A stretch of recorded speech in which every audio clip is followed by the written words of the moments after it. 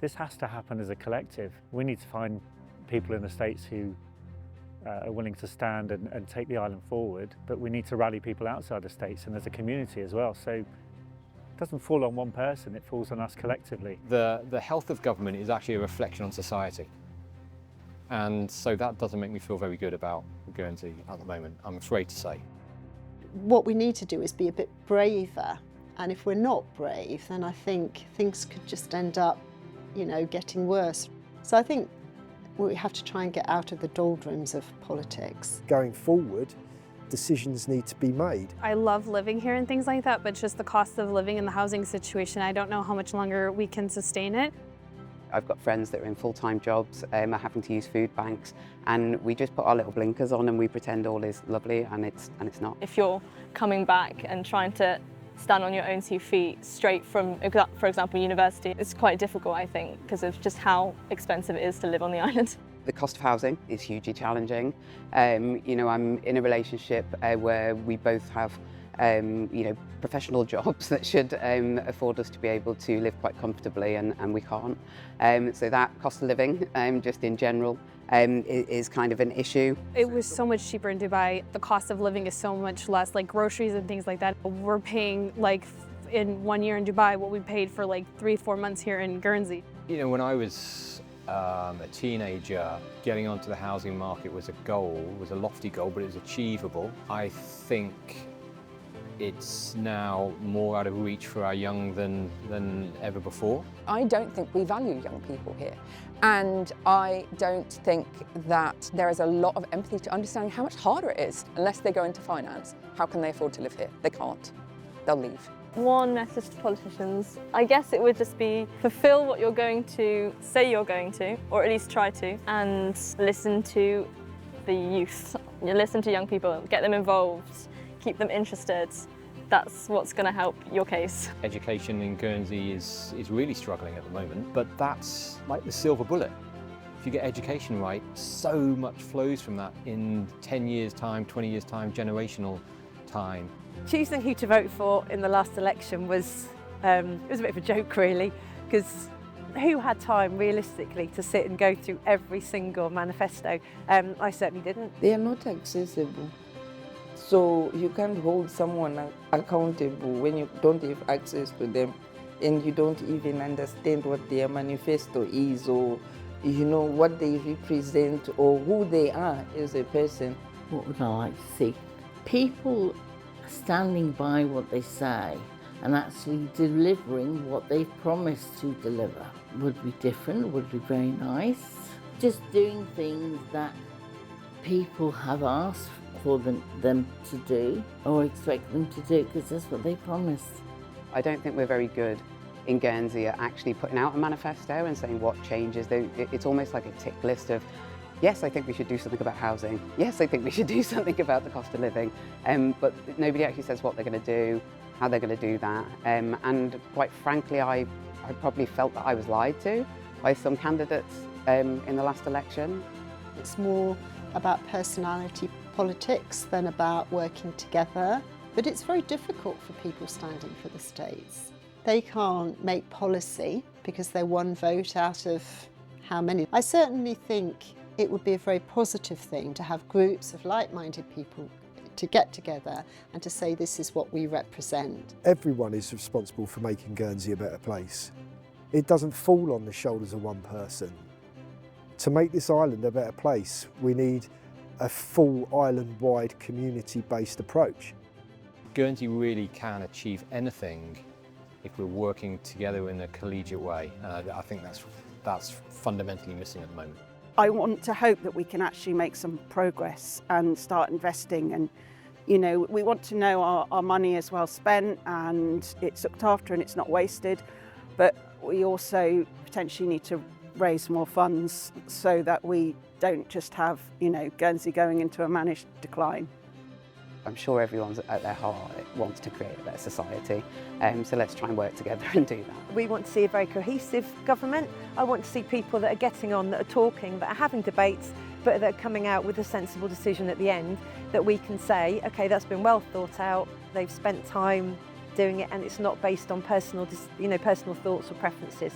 that would be very nice. It's tough to see, you know, people who are grown up here, are born here and actually want to spend the rest of their lives here, having to make the decision they're probably going to have to leave the island because they can't afford to live here anymore. And I don't think anyone wants that. You know, we're very family orientated people. Somehow we need politicians that really genuinely care about Guernsey, not about themselves, not about making money, not about their legacy, and are bound around a clear vision for what Guernsey wants to be. And then if you agree with that vision, jump on board and we can all start working towards that goal.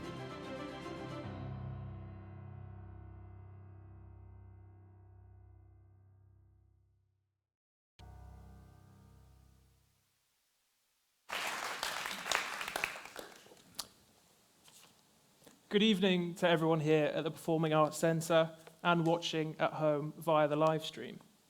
My name is Tom Rylott, and like many of you, I was born and raised here in Guernsey. And having gone to university and trained as a barrister, I moved back here in the hope that I might be able to build a future right here in Guernsey. So back in November rather, when I saw that a group calling themselves Future Guernsey had formed with a mission to empower the next generation to work in a fulfilling job, to own their own property, and to raise a family here, I thought, well, that sounds great. No arguments from here. But when I met the team behind Future Guernsey, I asked them, putting it as delicately as I could, would you like to hear from the generation that you are actually talking about? Not just through bar graphs or focus groups, but here, in front of the very people you are trying to inspire with this manifesto. Long story short, my bluff was very much called, and I'm now stood here talking in front of 250 of you. But like most people lucky enough to call Guernsey their home, I could not be more grateful to have grown up here. And I'm very proud to be the 5th generation of my family to have lived here. But we're all here tonight because we feel as though Guernsey is headed in the wrong direction. The island enjoyed by the 4 generations before me is not the one we find ourselves in now.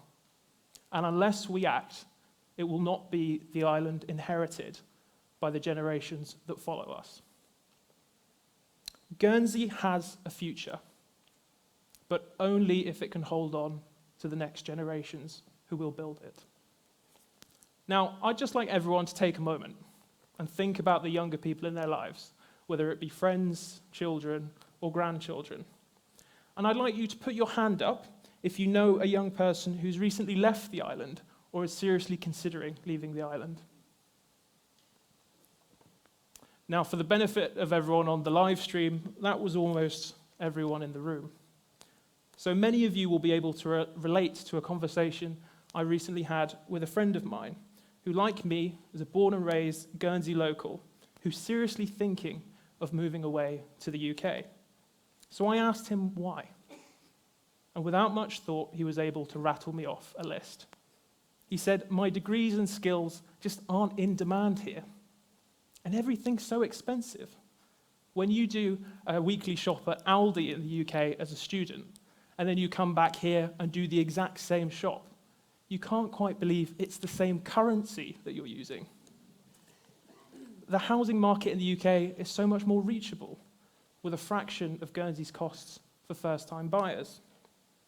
Now, I fully accept it's a cliche. The grass is always greener. But right now, it feels so true to so many of us. So I also asked my friend, is there anything really keeping you in Guernsey? Anything that really makes you want to stay? And he said, yes, the cost of a plane ticket to get away. But in all seriousness, this is real. And this is where we are now. The consequences for Guernsey, if we're unable to hold on to the next generations, could set in motion a decline from which we may not recover. We will face an even greater labour shortage at a time when we already do not have the people to fill key positions. We'll have fewer taxpayers at a time when the cost of providing public services like healthcare are soaring. And we will witness a brain drain that will mean a loss of innovation and new ideas at a time when Guernsey needs talent, skills, and innovation more than ever before. But the consequences of young people leaving, they're not just economic. They could erode the very social fabric of Guernsey. Now, I hold very dear the memories of my parents and theirs. We all know our older generations carry a spoken history of the stories and lessons about what it is to live a life here. But if we have left, who will be there to listen, to learn and retell those stories when so many of the next generation have dispersed to the UK and beyond? Losing the people who have grown up here could mean Guernsey losing its very sense of self. And that isn't something you can put a price on. It doesn't fit neatly in a government balance sheet. And there's no amount of tax revenue that can buy back your lost heritage. Now, I don't know if every single aspect of Future Guernsey's plan is right. None of us can be sure of success in every aspect of what we plan. But if we fail to plan for future generations, we are surely planning to fail them. So how would I summarize the headlines of what my generation are looking for? We'll build more homes and make home ownership a realistic prospect for every islander again. Invest in an economy that can offer both diverse and high-quality jobs. Rethink our tax system, keeping it low but fundamentally fair for everyone. Providing a modernized health system, one that can reckon with the mental health epidemic that young people find themselves in. Improving the standard of education for all of our kids. That means from early years right through to post-16 and beyond. Embracing a green transition that makes both environmental and economic sense. And perhaps most importantly, finding a new way to deliver all of that.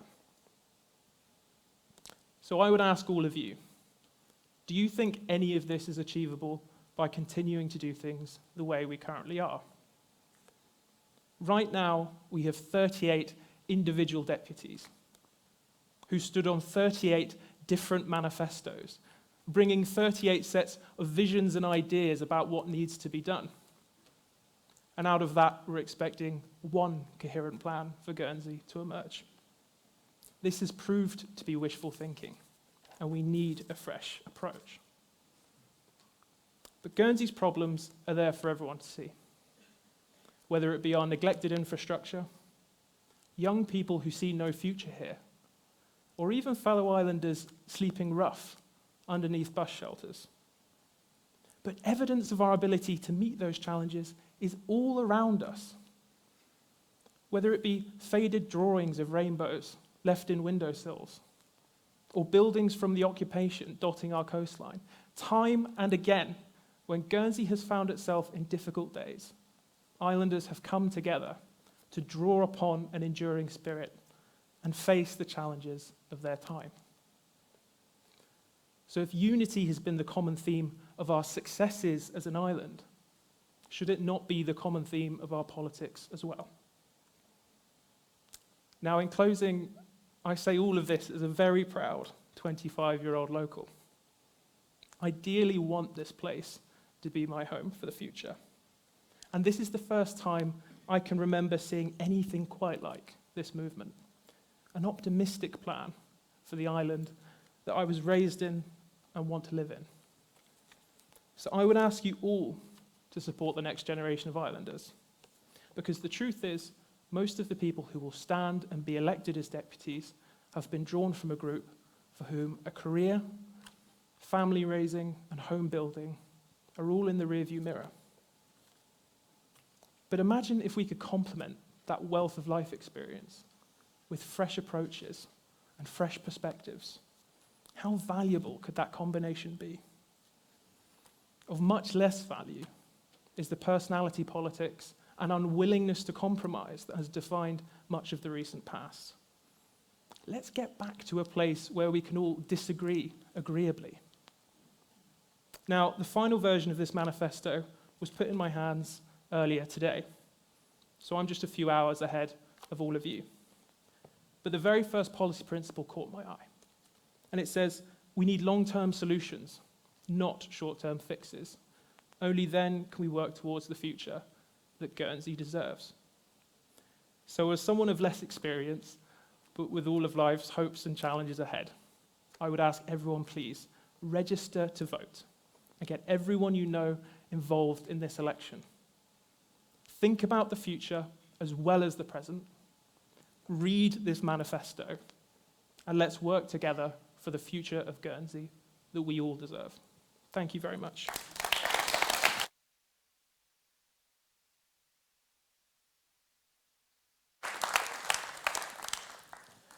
Well, thank you, Tom. I think the gauntlet of the next generation has been thrown boldly at our feet.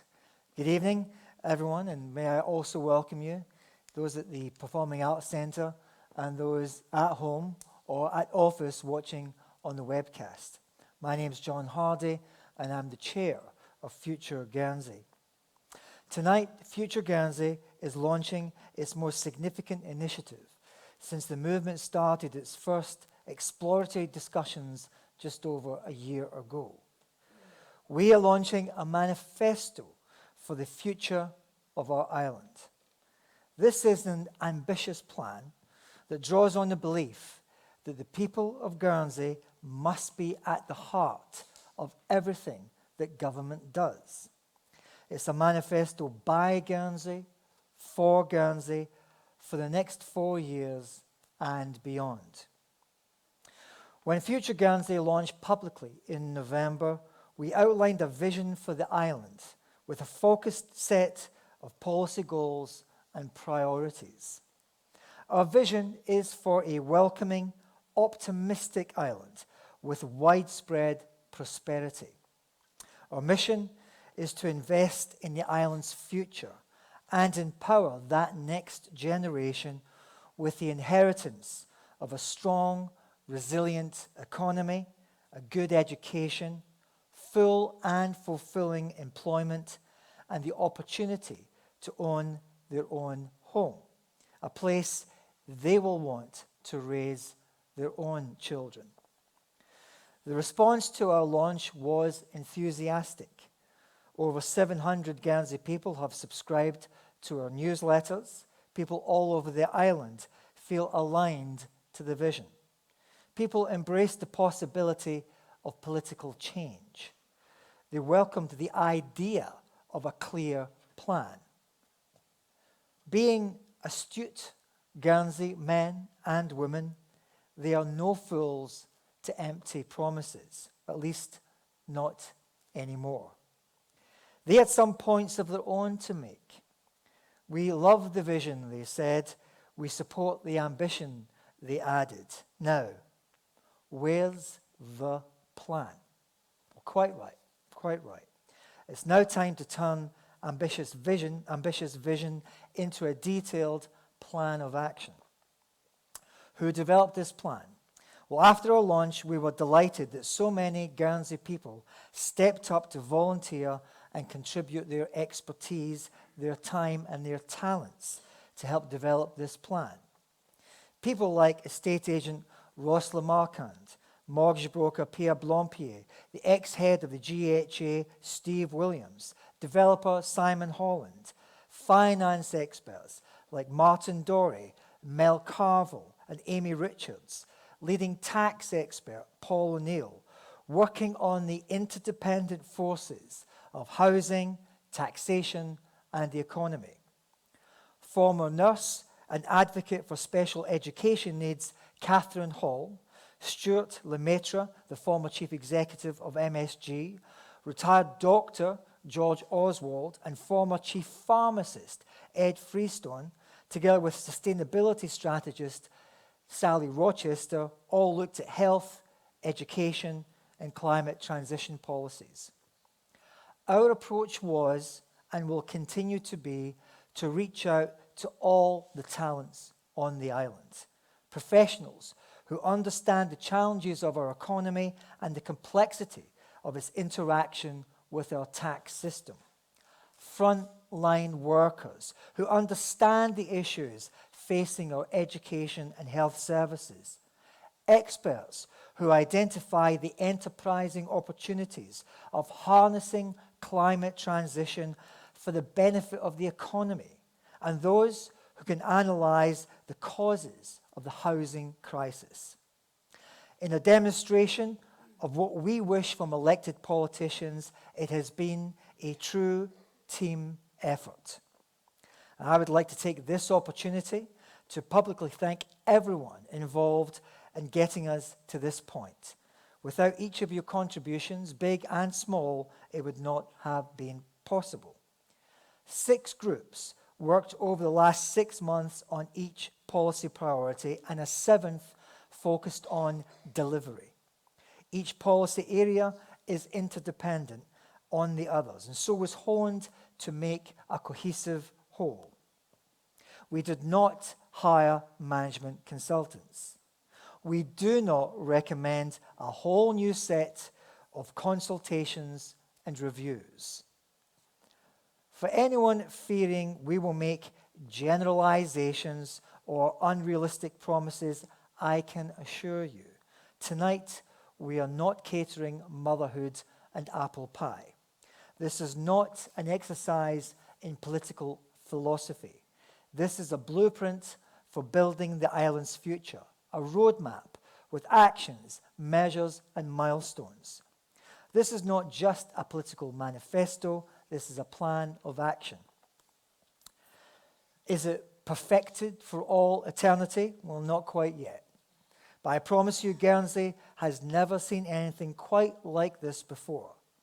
This is not the typical page and a half of magical thinking, populist, unfunded commitments to higher pensions and lower taxes, better healthcare and lower taxes, more housing, but not in my backyard, better services with fewer public workers. No, let's keep this real. Will everyone agree with everything? Well, that's a lot to expect. Guernsey is a diverse island. It's a healthy reality that in any democracy we all make compromises, a little give and take for the collective good. But this manifesto provides a roadmap that can improve the lives of everyone with whom we share this beautiful island. All right, already enough with the pre-sell. Let's cut to the chase. The manifesto was built on the interconnected 6 policy priorities of housing, fairer taxation, education, climate transition, health, and the overarching goals of building the economy. All these policies will be served by a delivery plan. Tonight we just present the highlights. There is much more detail to absorb. When you leave this evening, you'll be able to pick up a copy of the full manifesto, which for those online will also be available on the website in about an hour or so.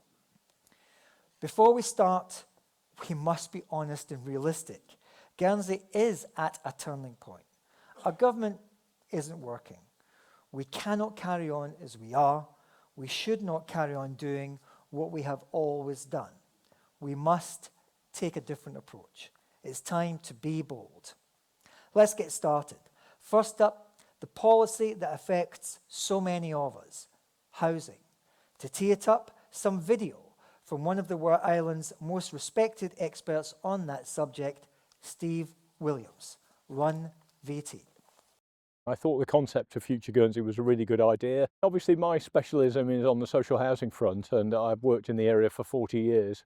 Hence I got involved with the housing policy group, which we've got a developer on the group as well as a mortgage broker, estate agent and somebody in the charity field. So it's a really good mixture of ideas. The crucial thing really simply is supply of more accommodation, more housing. Literally demand exceeds supply. It really is as simple as that. I think There was a significant change when we had the COVID lockdown, and as we came out, demand surged for all sorts of reasons. You can't suddenly turn the switch on and produce a whole load of houses, hundreds of houses overnight. It's a long, slow process of securing land, getting planning permission, getting them built, and then obviously putting those people into those properties. I think it impacts everybody, and even if you're actually settled in your own home as a homeowner, potentially you've got sons and daughters or grandchildren or all looking around for accommodation. We want to keep young people in the island. We also obviously have a desperate need for key workers. Across the board, everybody needs accommodation. There are things that we ought to be able to do to actually push some of those sites along. I think it's really helpful to get a group of people together, kick the ideas around as to what's realistic and not. You get a range of views, and it's nice to see people in the community wanting to do good for the island, you know, in their own time, giving up their own time. Some of it is around obviously trying to generate more supply of more housing in the island. And some of that was about incentives, but also sticks and carrots with developers and builders to try and generate some more housing and get some of the sites that are not coming forward, actually getting those progressed. And we've just been committing that time and effort. And yes, I think it's a really positive thing to be able to do. There's lots of very clever people in the island who've got a very good grasp of the issues in the island. So rather than bringing people in, consultants and the like, let's use local acumen and local skills and experience. I hope candidates take it forward through and new deputies take them forward as well. And that the new states see that as a very positive thing and crack on and immediately hit the ground running and start delivering something, delivering more homes. Let's be constructive going forward, and let's get some delivery and some positive difference to people's lives in Guernsey.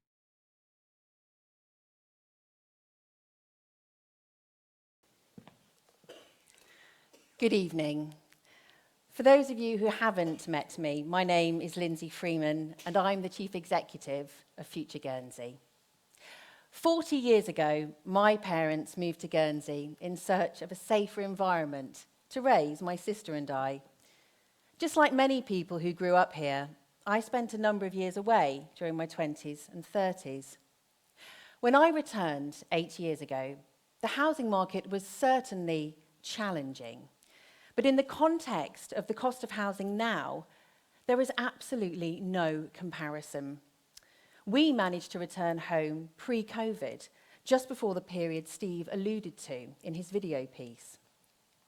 If the cost of housing back then, in 2017, had been what it is today, I don't believe at that point in our lives, me and my husband would have been able to make the move work financially, and we may never have returned to Guernsey. Housing is a fundamental concern for every islander, so I, for one, am very grateful to Steve and the other experts who have created this suite of housing policies. Housing is the foundation on which a community's standard of living is built. It is pivotal to enabling the next generation to live on the island and raise their own families here. Housing can also be a powerful stimulus to sustained economic growth. Guernsey has a housing crisis, and we need action. It is impossible for many to rent, let alone buy property. If we want the next generation to maintain their bond to their island home and contribute to our economy, it is essential that we bring home ownership within their reach. And renters, too, are entitled to security and dignity. The plan for Guernsey addresses 6 areas to deliver the goal to make Guernsey a place to call home for every islander. Back first-time buyers. Incentivise development. Support Guernsey's renters. Build more housing stock. Make planning faster and easier. And eradicate homelessness while we have the chance. We support first-time buyers through a suite of new carrot and stick policies, including setting up a new tax-free property savings account for first-time buyers. The Guernsey Property Savings Account, or GPSA, will enable new buyers to save up to £60,000 towards the purchase of their first property or a rental deposit. We are already confident that local savings providers will support this idea by developing a suitable savings product. Scrapping document duty for first-time buyers of new properties sold for less than £600,000. Empowering developers to build affordable housing for first-time buyers by creating a new intermediate category of affordable housing to lock in a 30% discount on market value. Reducing tax on profits to 10% for developers selling properties under £600,000. We need to deliver the housing Guernsey needs by incentivising development. Our initiatives include insisting the Island Development Plan identifies sites for new homes at twice the rate envisaged, reflecting the reality that some sites will not be built within the life of the IDP. Promoting a new requirement, build on time or make way for green space. We will penalise slow development by cutting buildable areas by 20% after 3 years, converting it to green space. Zoning the King Edward VII and Cattell Hospital to allow new homes, and unlocking sites like Mill Street and Mansell Street by integrating historical facades into new developments, protecting our heritage whilst building the future. Releasing state sites to allow development, including Lucas House, Swissville, St Julian's House, and the Duchess of Kent. Enabling regeneration of brownfield sites by lowering waste disposal fees. Many people choose or need to rent property, and they deserve support for quality of living conditions by methods including incentivising landlords to properly maintain rental properties by allowing tax deductions for costs of repairs and maintenance. Encouraging build-to-let developments by lowering income tax on rental income to 10% for 5 years. Legislating a new fair code of reasonable rights for both renters and landlords. We need more housing, so we need to enable builders to build more, starting right away. To reduce constraints on the capacity to build, we support saving £5 million of public money on building a construction village and instead allowing contractors to house workers in temporary on-site accommodation where appropriate. Pioneering the design, engineer, construct pathway in local secondary schools and apprenticeships at the Guernsey Institute to grow our own talent and help a new generation enter construction careers with recognised qualifications. The Development and Planning Authority must be enabled to accelerate the delivery of new homes. We therefore support expanding the use of permissions in principle, so developers know much sooner if a project is feasible. Introducing a fast track to planning, managed by a new housing enabling officer, paid for by developers, to streamline the passage of planning applications through government. Guernsey is a wonderful place to live, offering safety, security, and a quality of life that attracts people to live and businesses to be based here. Our prosperity makes it utterly unacceptable that we are seeing a rise in homelessness. Part of our housing plan must be a commitment to end homelessness. To that end, we also support making housing a statutory right, providing emergency housing, eradicating the social housing waiting list, partnering with local charities to help homeless people right now. The housing plan is essential in itself, and it's one of the most crucial initiatives to revitalise the island's economy. Sustained and sustainable economic growth must be enjoyed by the whole community. That is essential for our collective well-being and prosperity. So let us now turn to the broader policy on the economy. To set us on that journey, let's hear from one of the authors of our economic policy, the former chair of Aviva and proud former pupil of the Grammar School for Boys, Mel Carville. My name's Mel Carville. I've lived in Guernsey over 50 years. I've spent most of my life in financial services, working for a company called Generali. I've also been chairman of two of the UK's biggest life insurance companies, Friends Life and Aviva. I've also served on the board of a number of banks, including a subsidiary of Barclays Bank, and I'm currently the chairman of a FTSE 250 bank. I was a member of Future Guernsey's Economic Policy Working Group.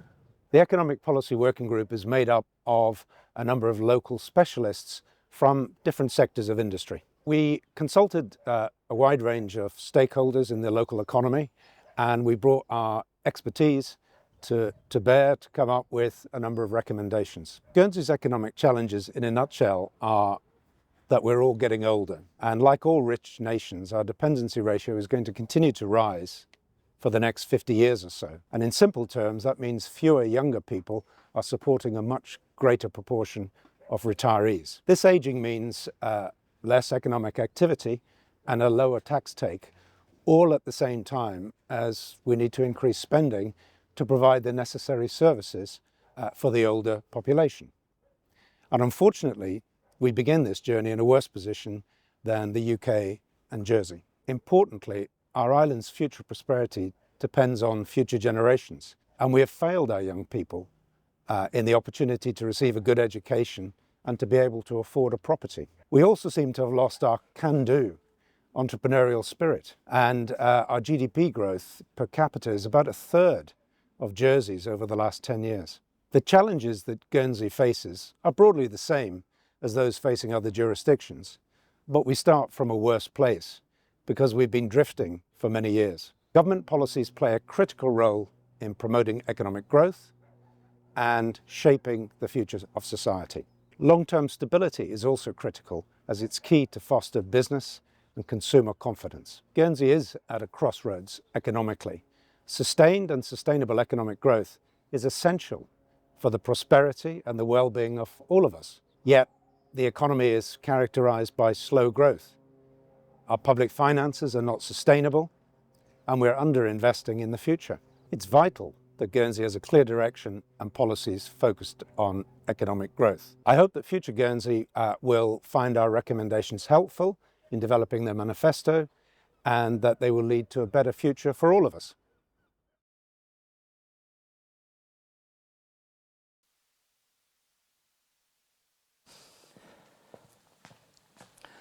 Thank you, Mel, and good evening, everyone.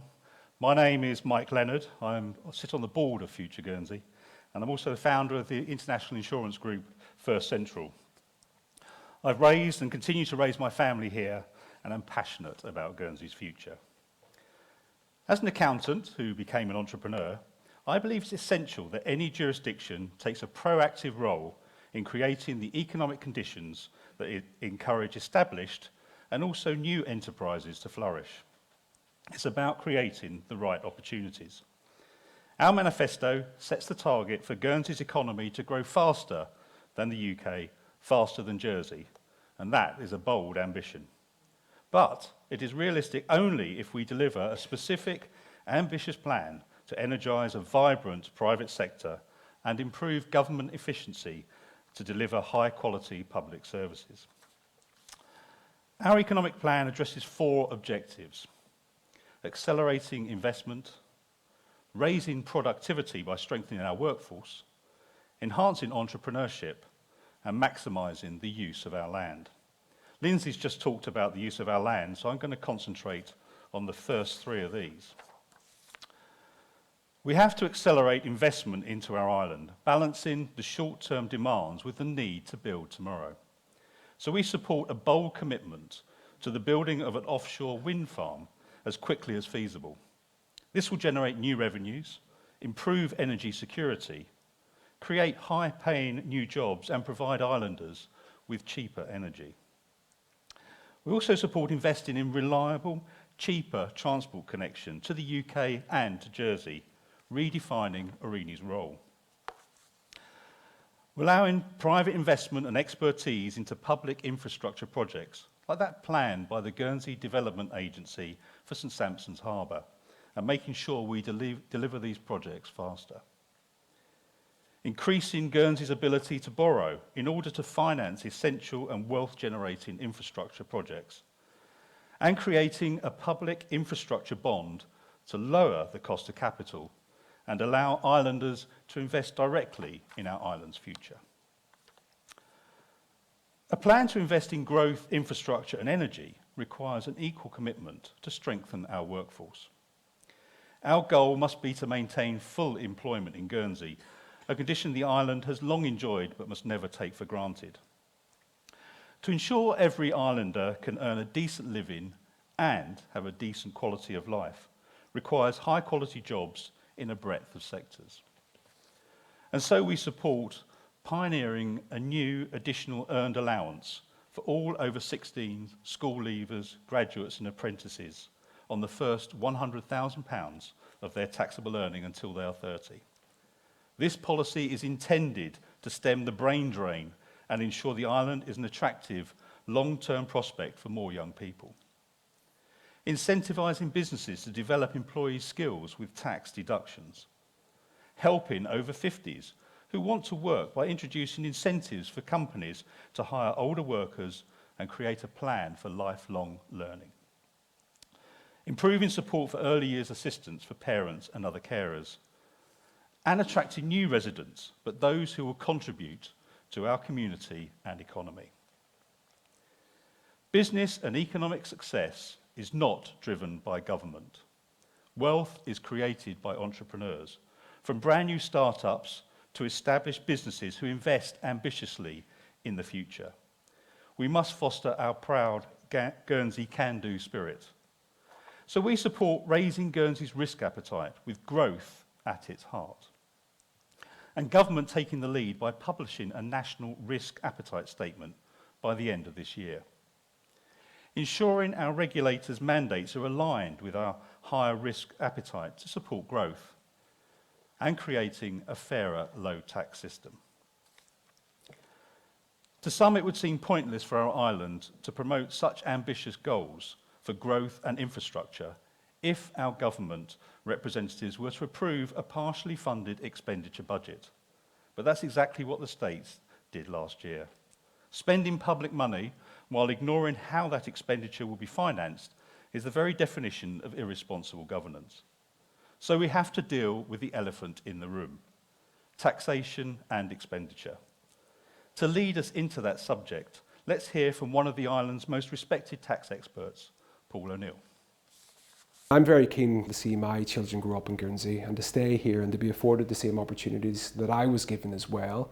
And if there's anything we can do to incentivise young talent to stay in Guernsey, I think it's time really well spent. My name is Paul O'Neill. I'm a Chartered Tax Advisor and currently the Managing Director of LTS Tax Limited here in Guernsey.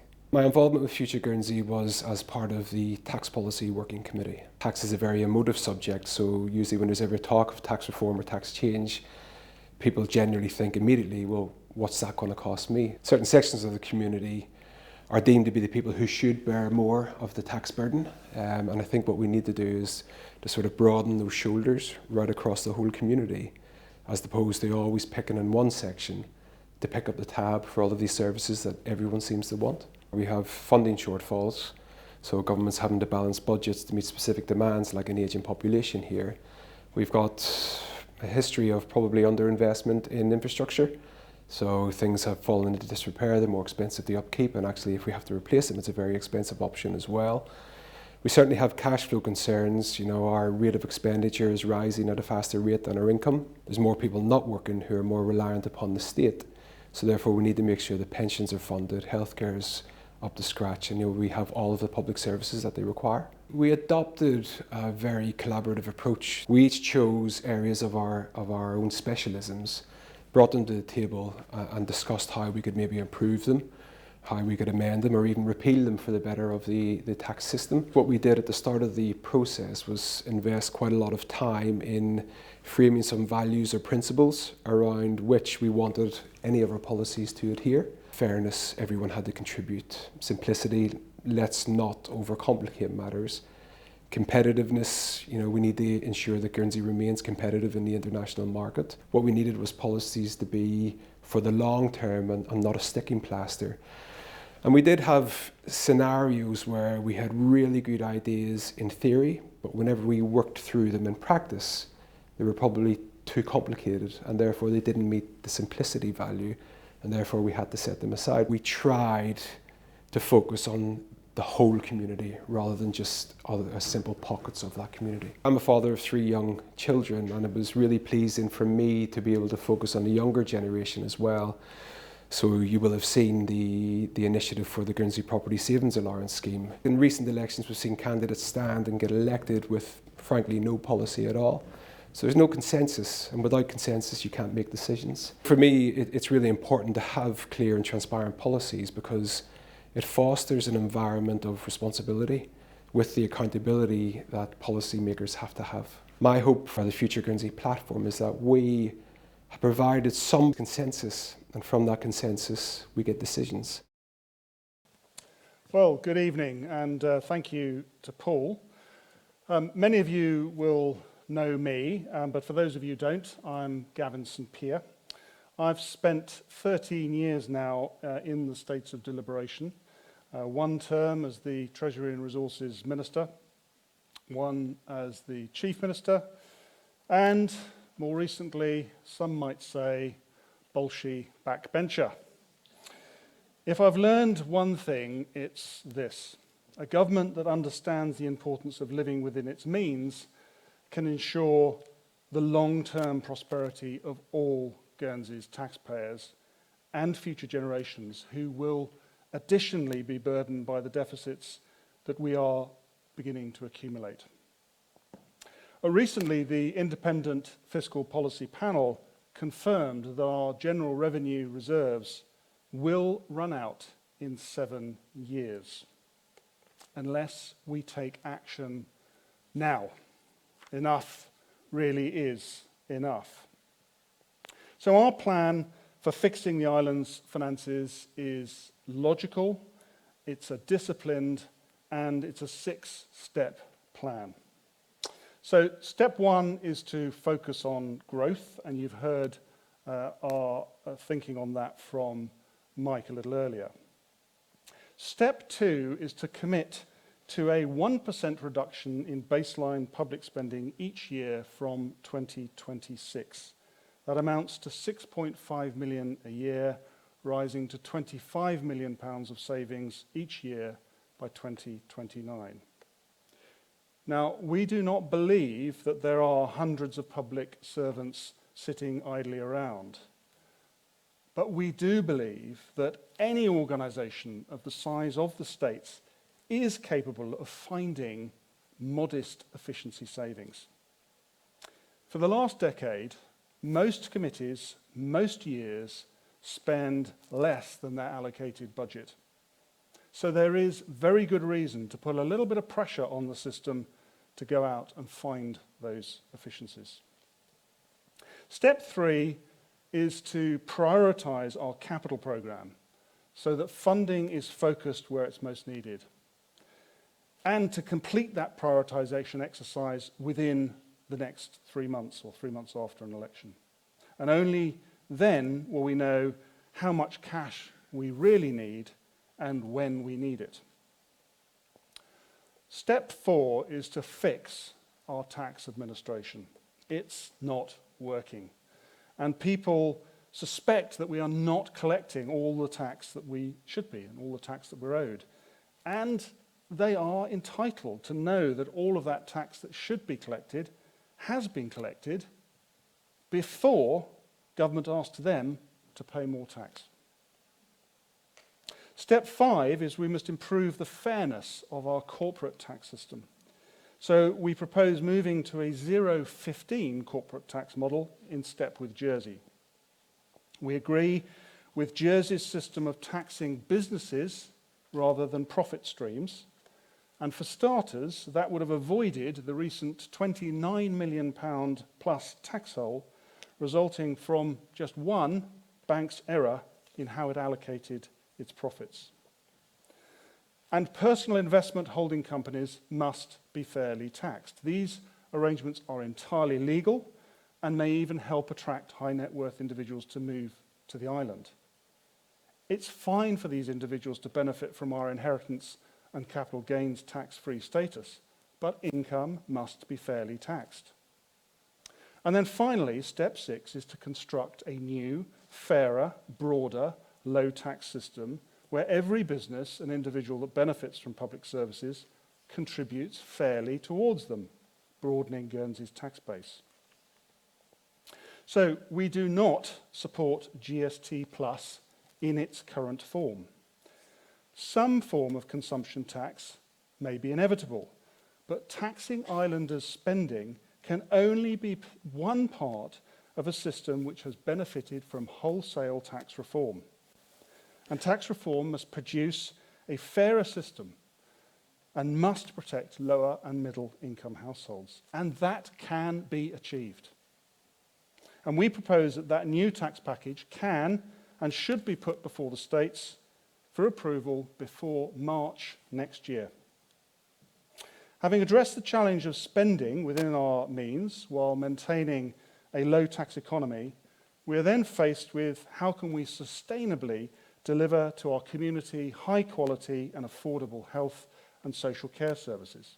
So to talk us through our policies on healthcare, education and climate transition, please welcome Rob Shepherd. Thank you.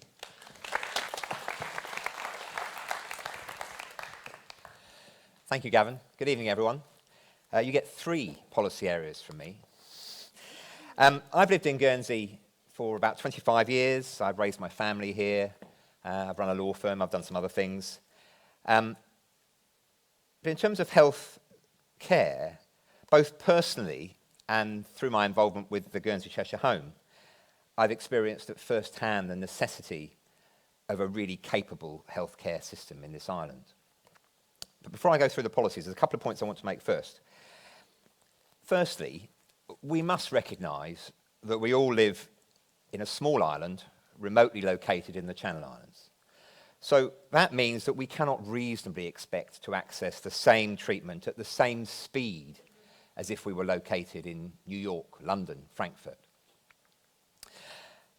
Secondly, we need to flip the conversation around health. Let's stop seeing health as an economic burden. Instead, let's start to see and plan for good health to be an economic enabler. And by that I mean, let's have greater focus on lifestyle, on prevention, on early intervention. That will make our health and care system more sustainable. Let's not simply throw more and more money at acute and crisis care when we all know that prevention is cheaper, it's more effective. We must build a smarter model, one that's built to last decades. So the sort of policies we support are these. Improving primary care access, particularly to tackle the cost and accessibility of repeat prescriptions. And that requires completion of the primary care review. Streamlining clinical pathways to increase the role of other practitioners, pharmacists, physios, access to secondary care. Adopting SLAWs within 6 months of the new Parliament. The Supporting Living and Ageing Well strategy. And then we've got to start delivering it so that we know that we can deliver the 132 more care beds we need by 2030. Having a reform programme, but one that is clinically led. Cutting costs, not care. And by that I mean sharing back office, getting healthcare providers to share their back office functions. Reforming the rules by which new residents are entitled or have been entitled from day one to immediate healthcare benefits. It's not right, it's not fair on our taxpayers. Other jurisdictions don't do it, and we shouldn't do it either. Recognising the need to prioritise mental health care with a new mental health champion partnering with charities to help people get the right support when they need it, and also recognising the devastating and underreported impact of violence against women and girls. So, putting that together, what I mean is, or what Future Guernsey believes should happen, is that you need to develop a framework to deliver the concept of proactive health in all policies. That is what will enable us to unlock good health as an enabler of economic activity.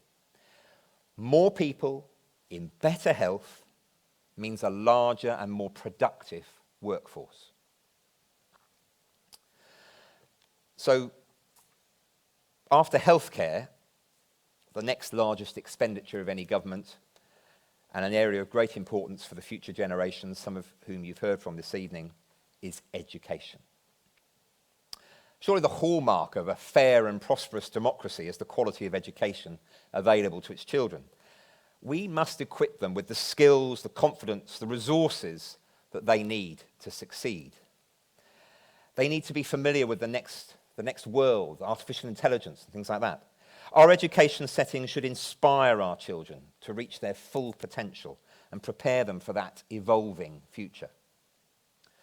So, the sort of policies that we think candidates should be adopting are those which expand access to quality childcare by having practical adult-to-child ratios, thereby allowing more childcare, more places to be offered by the childcare providers.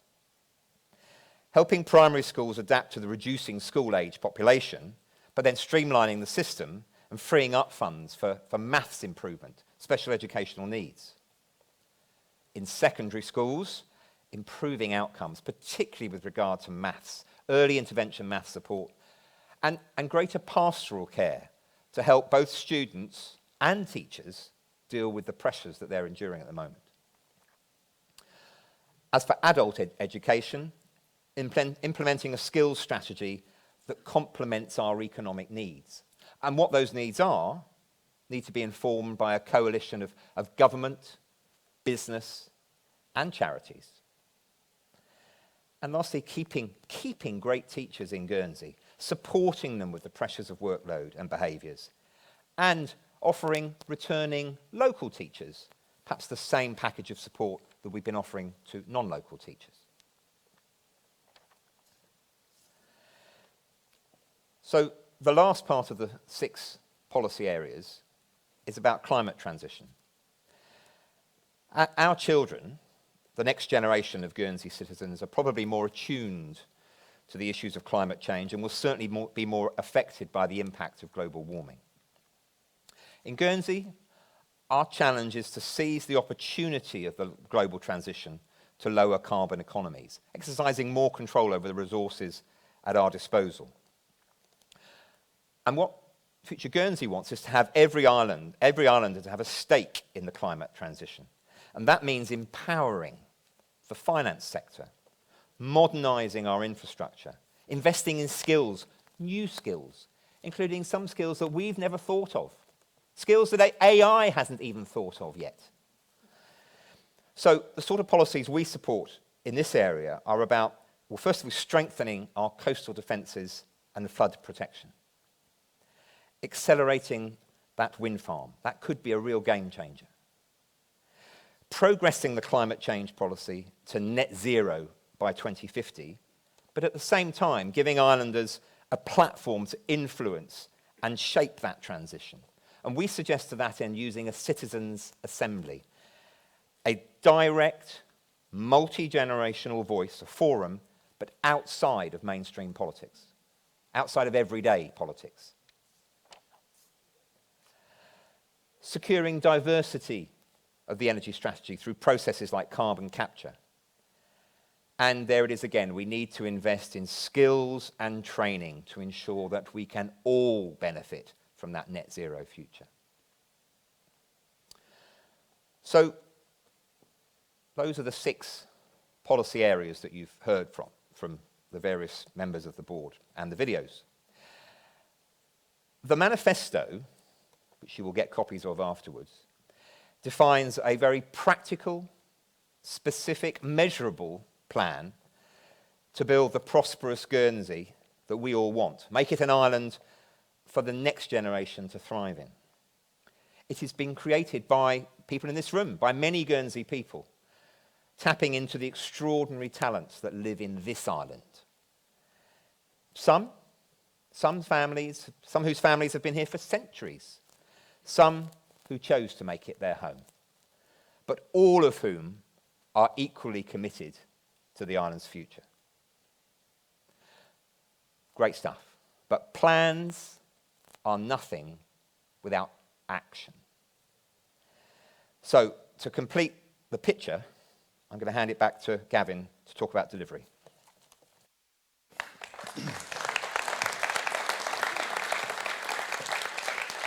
Yes, thank you. Thank you very much, Rob. As you say, plans are nothing without action, and we absolutely need to deliver results. And to do that, we need to identify the obstacles, the forces of resistance, and power through the inertia which is baked into our system of government. And that means increasing the speed of decision making, holding individual deputies to account against their electoral policy commitments, and creating a positive environment where elected representatives work together for common ends. And yes, we must look again at our system of government, how we elect, how many we elect, and what is the best way to organise once we have elected our representatives. I think it's hard to find anyone who truly thinks that the current system is working effectively. But it is easy to find many people who think that it is the dysfunctional system itself at the root of the island's problems. So we certainly have to look at it afresh. But let's be very clear, executive government on its own is not an effective plan to meet the island's priorities for the next 4 years. So rather than having government distracting itself yet again for the next 4 years with more navel-gazing, we are actually supporting the establishment of an independent commission to review Guernsey's electoral system and system of government, similar to the review led by Peter Harwood now nearly 2 decades ago. We also are supporting the introduction of an independent, non-political infrastructure and capital projects board to improve governance and oversight in the delivery of capital spending projects without relying on external consultants. And reviewing the funding methodologies for the state's pensions obligations, which could release hundreds of millions of pounds for investment in our island. Introducing rolling 3-year budgets for committees to improve long-term planning and effectiveness, and replacing the state's property unit with a new, more responsive, publicly owned company like the Guernsey Housing Association or the Guernsey Development Agency. And making government and public services more responsive to the community through new complaints and appeals processes. Future Guernsey's plan is bold, it's ambitious, it's focused on pragmatic policies, it details a host of specific achievable actions, it's holistic, and you've seen that this evening, that the policy priorities are joined up, taking account of how each of the community's policy priorities actually interact with each other to create prosperity for all, and that will sustain into the future. It is the very opposite of single-issue politics, and it's not ideological. It's the rejection of simplistic populist solutions. Our way of life is wonderful, but it faces many challenges, and we are at a tipping point, and we cannot carry on as we are. So beware those who want to kick the can down the road, or those who can fix everything the day after tomorrow, or those who promise to take you to the moon without telling you how, or those who tell you that none of our problems are complicated and all of the solutions are simple, or those who say that everything can be solved by cutting what we have. Guernsey is a great place for many of us, but we can make it a better place for all of us. This has been an enormous team effort, but governing Guernsey in the next term and beyond will require even greater team effort. But as Tom said at the outset this evening, when Guernsey unites behind a common goal, we can achieve remarkable results. And it's time to do that again. And all of us in this room and beyond have a role to play. This is your island, your future, and your choice. So let's build tomorrow together. Thank you very much.